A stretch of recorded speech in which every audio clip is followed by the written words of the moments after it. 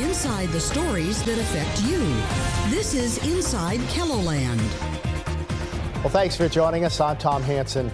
On today's Inside KELOLAND, the man convicted in the 1975 killings of 2 FBI agents on the Pine Ridge Reservation had his sentence commuted this week by now former President Joe Biden. We'll have a look back at the case of Leonard Peltier. Then we'll sit down with a member of the League of Women Voters about this year's legislative session at the state capitol. After that, we'll talk with our own Capitol News Bureau reporter, Bob Mercer, about what he's seeing at the session so far. And finally, we'll have a deeper look at the challenges the homeless shelters in Sioux Falls are seeing this winter and the changes they think the city needs to better help those impacted by homelessness. Well, just moments before leaving office earlier this week, President Joe Biden commuted the life sentence of Leonard Peltier. He was convicted in the 1975 killings of 2 FBI agents on the Pine Ridge Reservation. Now, the commutation ends 50 years of prison life for the former member of the American Indian Movement. Leonard Peltier was denied parole as recently as July and was not eligible for parole again until 2026. In 1987, he maintained his innocence.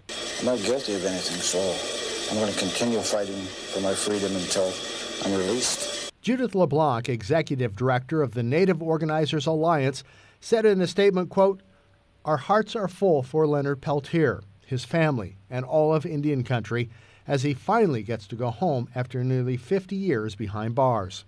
The FBI and its current and former agents dispute the claims of innocence. Agents Jack Kohler and Ronald Williams were shot and then executed as they lay wounded.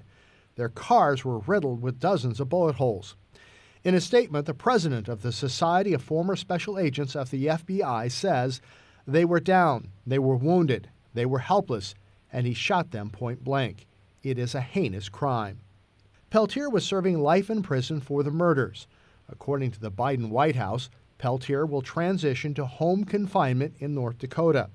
According to his son, Peltier's tribe, the Turtle Mountain Band of Chippewa, has a home ready for him on the reservation in Belcourt, North Dakota. Peltier is 80 years old and has health problems. In his 1999 memoir, Peltier admitted to firing shots in the ambush, but said he did not kill the FBI agents. They were on the reservation serving an arrest warrant for robbery. Former President Biden's commutation does not absolve Peltier of his crime. It simply allows him to serve the remainder of his life sentence at home. Well, the state prison sentence system in South Dakota is seeing its share of violence. There are currently more than 100 court cases involving prison inmates at the hands of the Attorney General's office. South Dakota Attorney General Marty Jackley says the problems are on his radar, and his office is sending a message to inmates that violence won't be tolerated.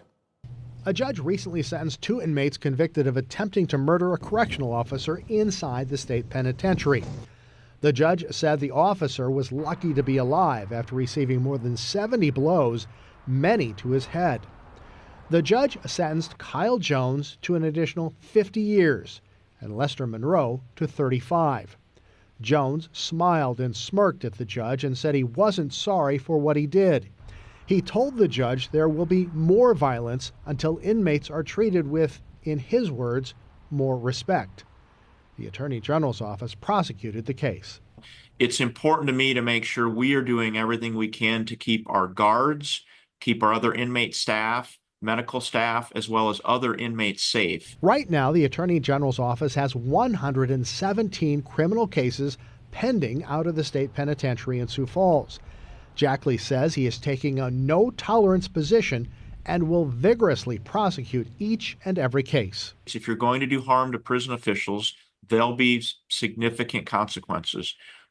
Monroe and Jones receiving 35 and 50-year sentences sent that message to leave our guards alone. Jackley says Jones' 50-year sentence doesn't even start until 2063, so it is basically a life sentence. The current penitentiary is 120 years old. The governor's office says the building is overcrowded, inefficient, and costly to maintain. A House bill authorizing the construction of a new men's prison in Lincoln County was introduced earlier this month. Department of Corrections officials say a new prison would improve safety for both the officers and inmates. It is time for a quick break. When we come back, we'll sit down with a member of the League of Women Voters to talk about their priorities this